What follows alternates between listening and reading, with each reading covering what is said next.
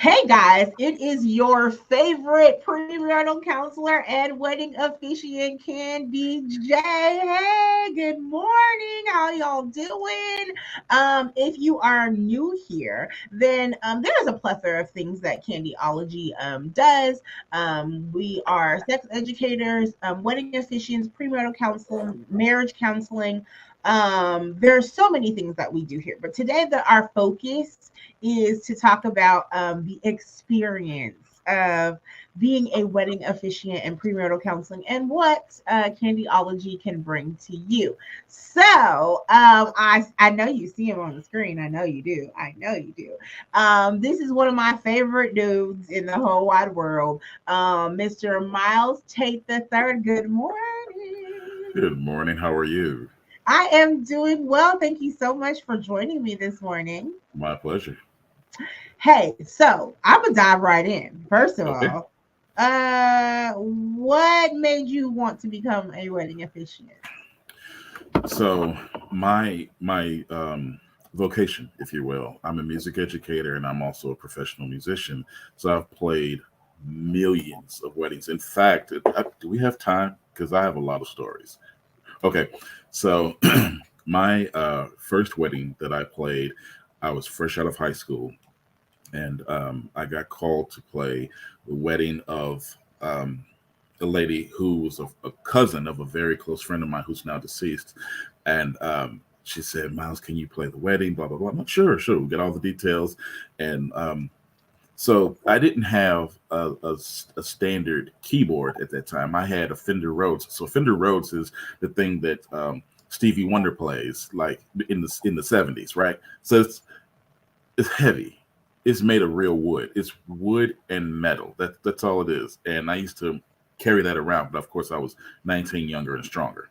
So uh, my father helps me, and I had this '84 Buick LeSabre that could fit like everything in it. So we get there, we set up, and the wedding's supposed to start at 3, and no groom, and 3:30, no groom. 3:45, 4, 4:15, 4:30. They're looking for him. They can't find him. They've called the barbershop. They've called everybody. Not there. At 5 o'clock, my man shows up. And let's just say he was filled with liquid courage. So, so that made for a very interesting wedding. And I should have seen this as a foreshadowing of what I was going to see as a musician. So I've seen everything. I've played black weddings, white weddings, you name it. I've played so many different weddings, and I've always after I got married, there would be moments when they're taking the vows, and it would remind me of my wedding day. And so it was just like this really awesome thing. And I was like, I'm serving here as a musician, but I've also, and I don't broadcast this, but I've licensed and ordained to preach. So why not, further share in these particular memories. So it's been quite a roller coaster with these weddings, seeing it from the musician's perspective and then transferring over into the officiant's perspective. That's really awesome. I'm gonna go back to you being an ordained minister in just a moment, but I want to know, first of all, tell people, how long have you been married? 12 years, over a decade. We're 12 years and one child in. And Mm. one hit wonder. He's the last of the Mohicans. That's it. That's all I got. I'm 43. He has a ton of energy.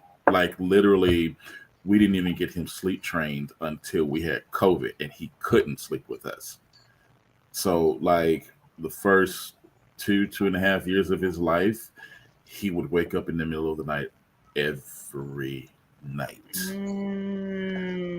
And me being the wonderful husband that I am, I'm the one that would go get him and put him back to sleep because I mean he kept my wife up while she carried him. So it's kind of Right. like your turn. Right. And we don't even have time for that type of conversation today.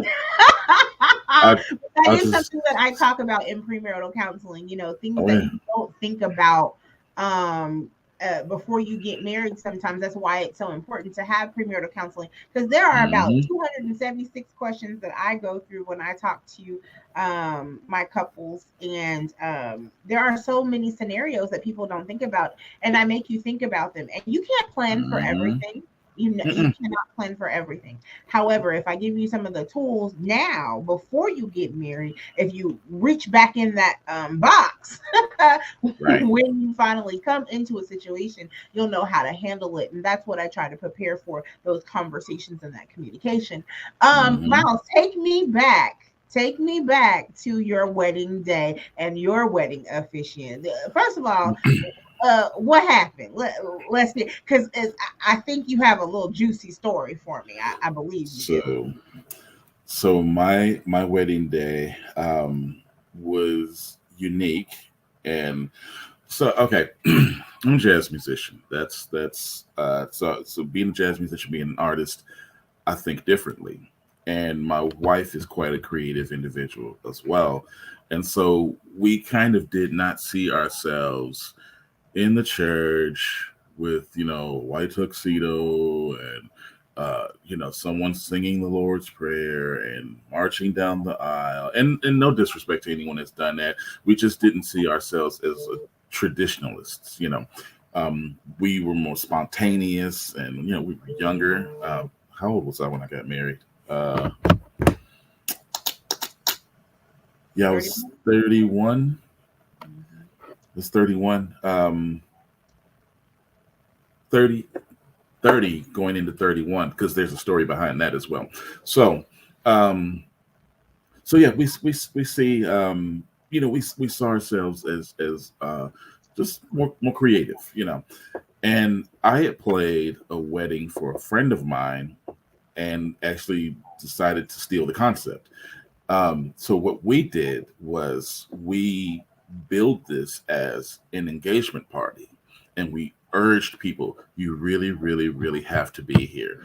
I know it's just an engagement party, but you really, really, really have to be here, because there's, something that you're gonna like, and that's all we could say.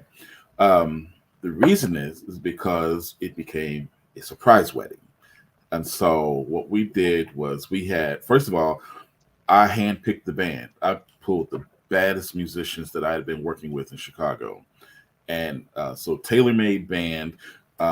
We had a chef prepare hors d'oeuvres, because there wasn't a meal. It was just, finger foods. So his staff was walking around serving. And Camille was wearing a cocktail dress, and I just had on a black three-piece, white shirt, black tie. You kind of looked like a usher, but but in a much, no white gloves, no badge. And so music's going on, everything's cool. And so what we did was, the wife of the officiant got up to do like a monologue on love. Now, everybody thought this was just like, oh, she's doing a monologue on love. This is nice. This is an engagement party. It was a distraction, because Camille went downstairs to change into her dress. And so I'm standing up there, and I'm just looking like, oh, hey, blah blah blah blah blah. And so then what winds up happening is the officiant gets up, and he's eccentric. He has this very, very outgoing personality. And so he says, do you all know why you all are here? And everybody's like, yeah, it's an engagement party. Y'all know why y'all here? Say, no, you have been duped. This is not an engagement party. They are getting married right here, right now. So that happens. Now let me tell you the backdrop of this day. There's currently a typhoon going on in Chicago while all this is going on. There is the biggest rainstorm, and I saw it coming. I had three men standing up with me. One was a good friend of mine from Michigan. I lived in Michigan for a couple of years, and I saw the storm coming. I literally looked and said, "That's not good," because I could see this big, big, big rain cloud. And next thing you know, everything is dropping down on it. So people are still showing up, but there's a typhoon going on outside. And the guy that was supposed to say "you and I," I'm like, he's not here yet. So I'm texting him, hey man, what's going on? Like we started already. He was like, man, my basement flooded. He's like, so I'm trying to deal with that. He's like, I'm hurrying, and he wound up making it. He was able to be there in enough time to sing because he sang "You and I" while Camille was coming down the proverbial aisle. And so we get up there, we get married, and then we have our first dance, and we have our comments, and then party breaks out, live band. So we had a lady there from our photographer. It wasn't a standard photographer. It was called jump shots. Like literally, you jump in the air, she snaps the picture, and her editing abilities, like I have to show them to you, but her editing abilities, you don't see like the blurs from people jumping, you know. And so when the music kicked back up, she started dancing. And I knew we had a bona fide party when I looked over and saw the bartender was getting down. It was a big old party. So we dance, we have fun, this, that, and the other. And then, so now we're leaving because we're staying at the Drake Hotel downtown, and then we're flying out to Jamaica the next morning. And as I'm leaving, the band is playing As by Stevie Wonder. And my cousin Junius is taking this wicked bass solo. I don't even know when the party ended. I just know we got in the limo and peaced out. It was great. It was a great wedding. Oh my God, that is the best wedding story ever.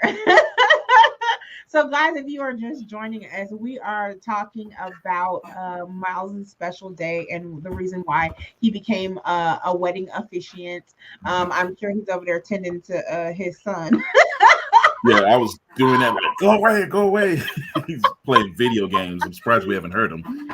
You already know, my son is autistic, and Colin G will be right there and giving me kisses, and I'm like, mommy is on the hello. Do you see her? She's talking, right? Okay. Trying to work. But okay, so here's the thing. When you are considering a wedding officiant, there are some things that you need to think about, right? Who they are, right? Their personality.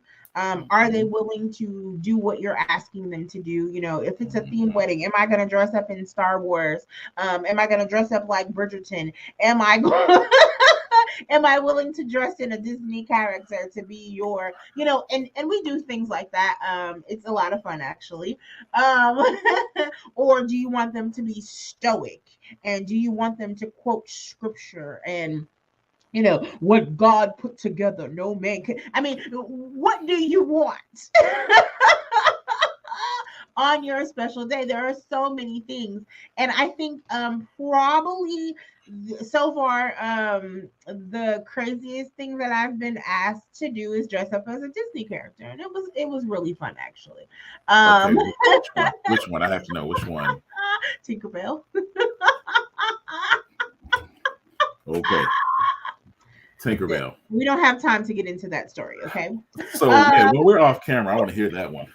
I want to hear that Yes. one. So a couple of things. There are 3 wedding officiants at Candyology. There's Myles, who mostly deals with the Christian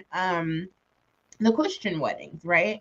I deal with all of them, LGBTQIA, Christian, non-Christian, whatever you're wanting, I'm gonna give it to you. The only thing that I will not do, I can tell you now, guys, the only thing that I won't do is like gothic and death, devil worshiping type wedding. That's not my cup of tea. But I do have some referrals if that's something that you want.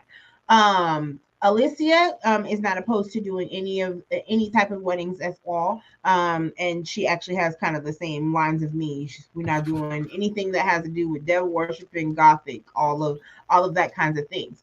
That's just our preference, right?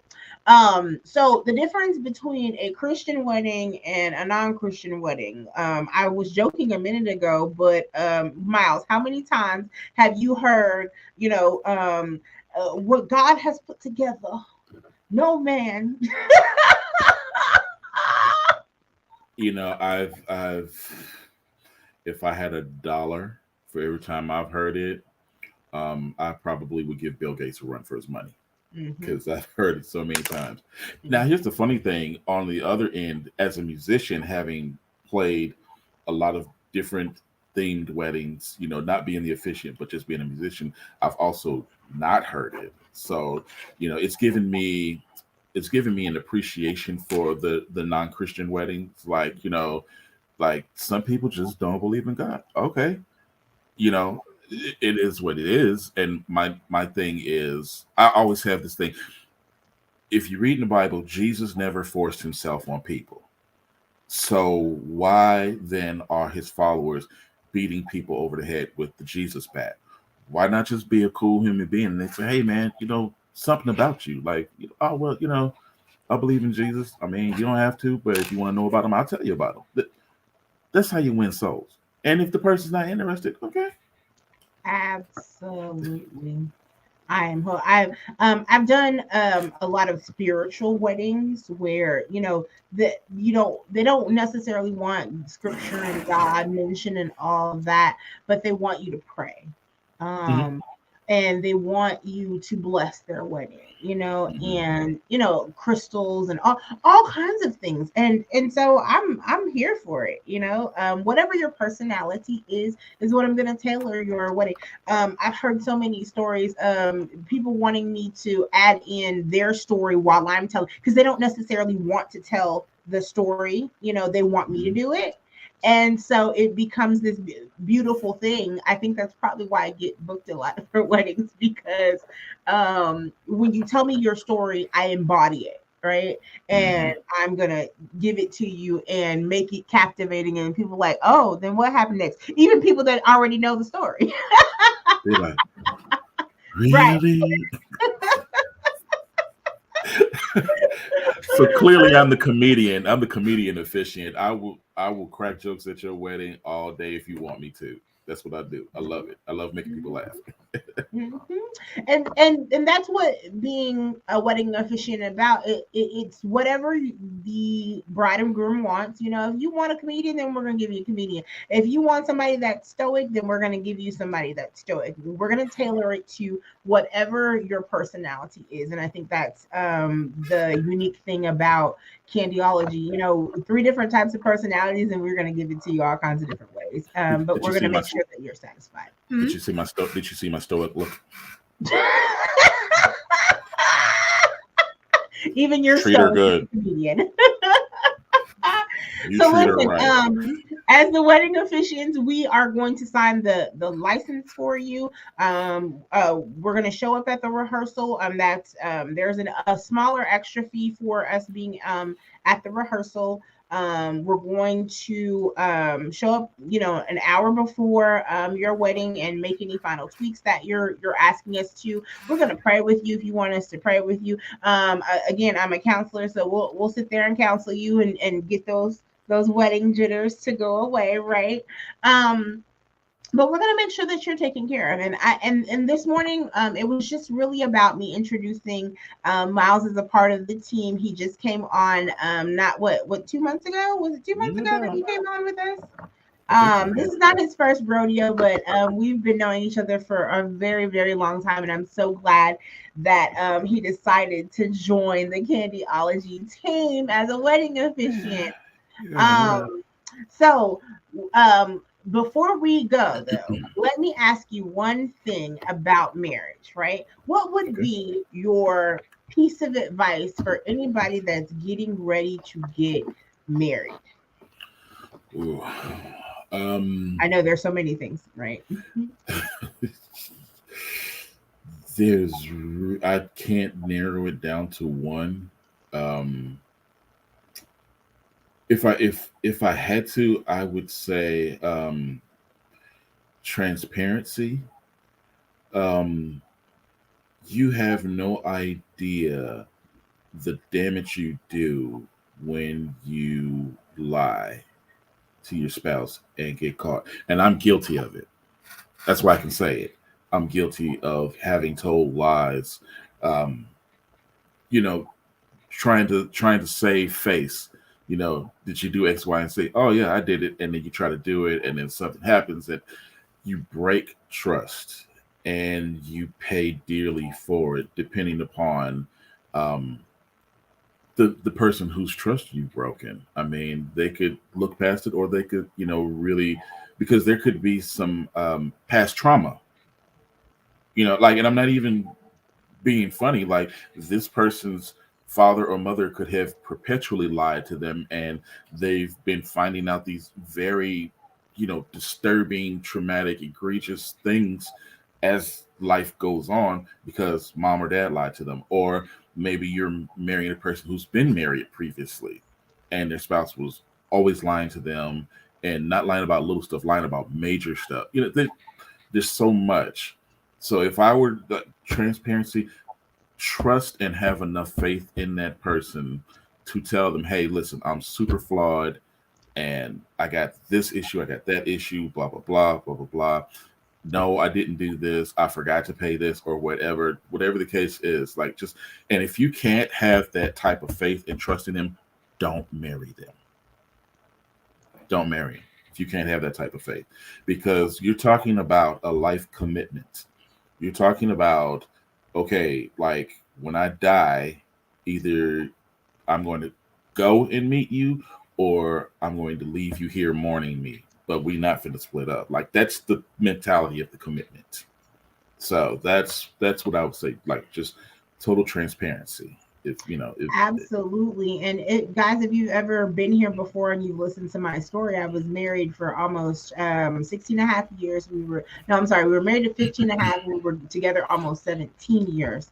And that actually was one of the things in our marriage, the lying thing. My ex-husband used to lie all the time, to the point where when I first got out of our marriage, I really questioned people all the time, and it was a trigger for me. If you told one little white lie, I was like, what in the heck is really going? Is there something wrong with you? Like, mentally, for real. mm, And mm, it became a trigger. I don't it's, this is 6 years later, and it's not as much of a trigger anymore, but I really see things a little bit differently when you bold face lie to me, because my ex-husband would lie um just about the small things, and then it became the major things.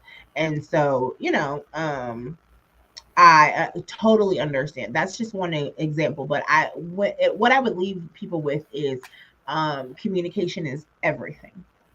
Absolutely everything. Having a foundation of friendship, um, mhm. and being able to pour into each other and never leave each other's cups empty. That emotional bank, that love bank, never leave them empty, and focus on their love languages. As you do something, it becomes a habit, and then it becomes a complete practice, right? And so I could go on a tangent about love languages and what they mean to people in marriage, and we'll probably do another live about it. But it's not hard to give someone what they need, um when you know what they need. Now, let's if they don't know what they need, that's a whole nother ball game, and you may need Yeah. to seek help with me, right?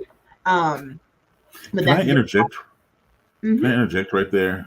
With love languages, this is a really important thing to understand about love languages, everyone. Um, you cannot expect, how do I say this? You can't love people the way you think they need to be loved. You can't. My wife's my wife's love language is acts of service. Mine is physical touch. So I can't expect I can't love her that way and expect her to be happy about it. I have to do acts of service.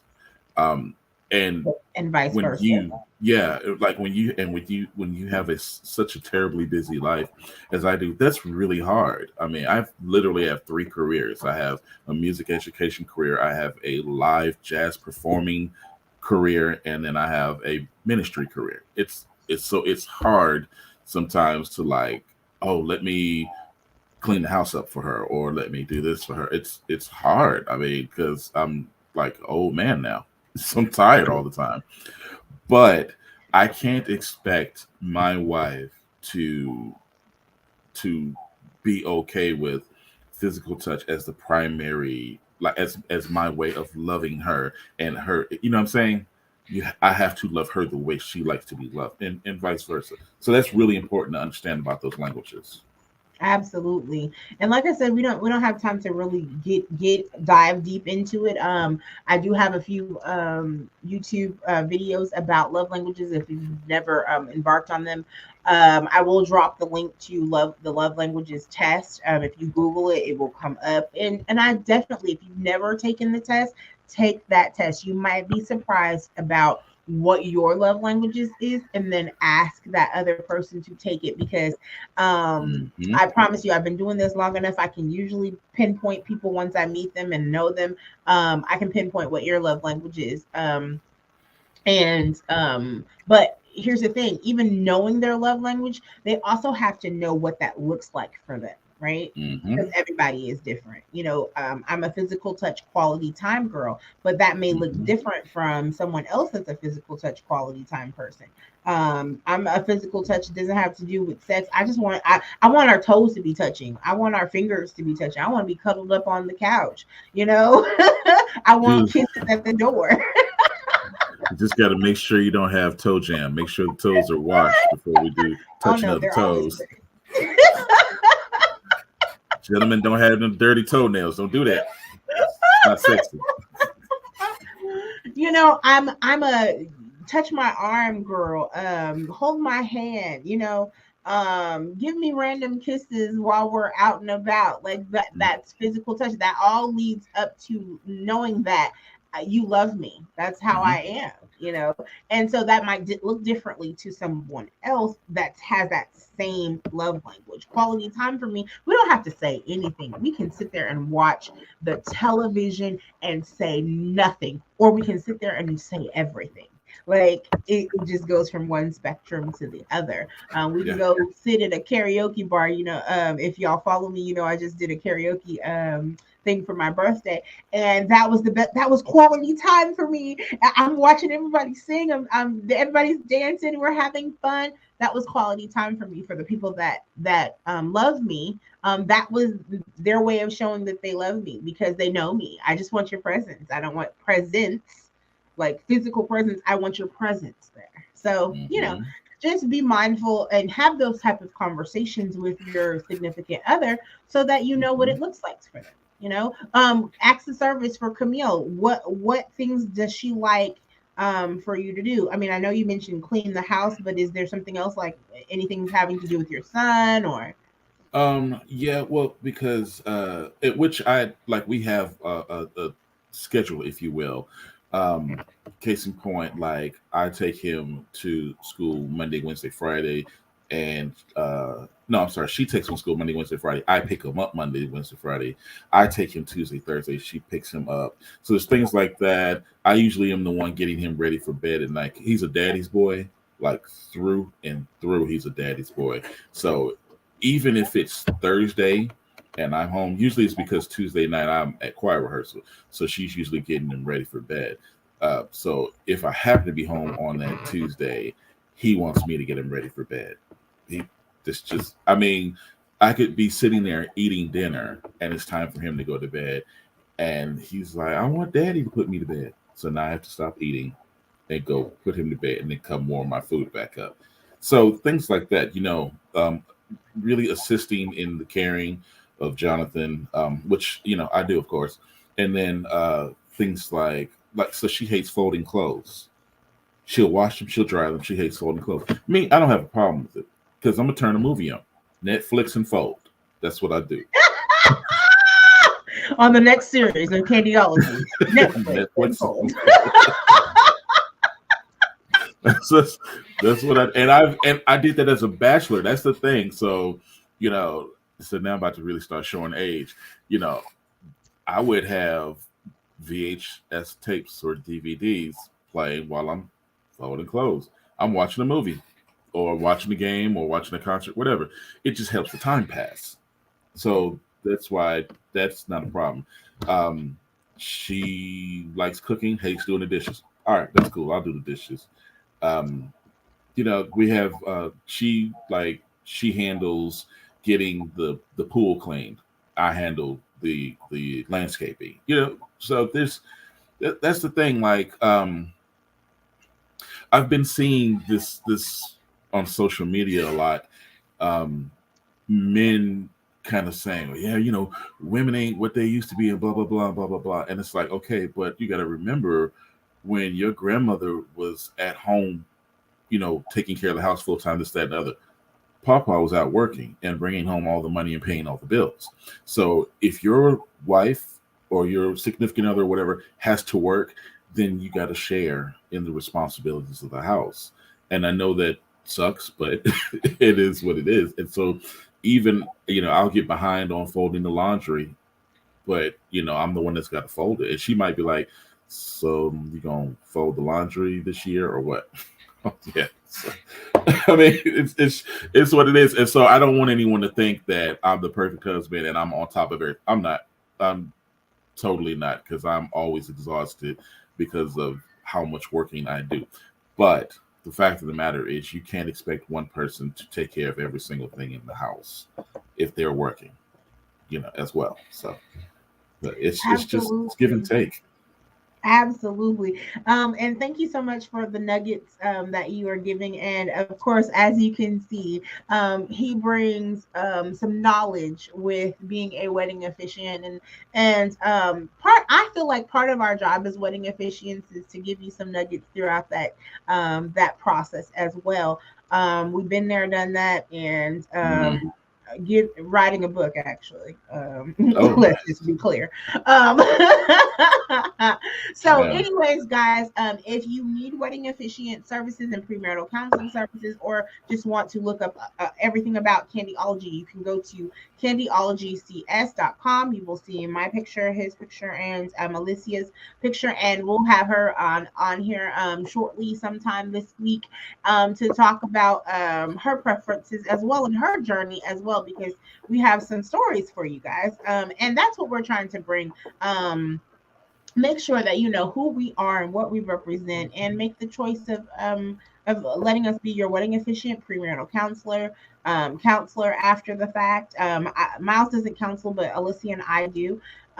So guys, I promise you, if you book Candyology as wedding officiants for your special day, we will make sure that it is a special day. Okay. Mhm. So, anyways, thank you for watching. Hit that like button, that subscribe button, and ring that bell so that you can get notifications for any times that we may be live and have the tips for you going forward, guys. Have a wonderful day and a blessed day, guys. Have a great day. Bye bye. Bye.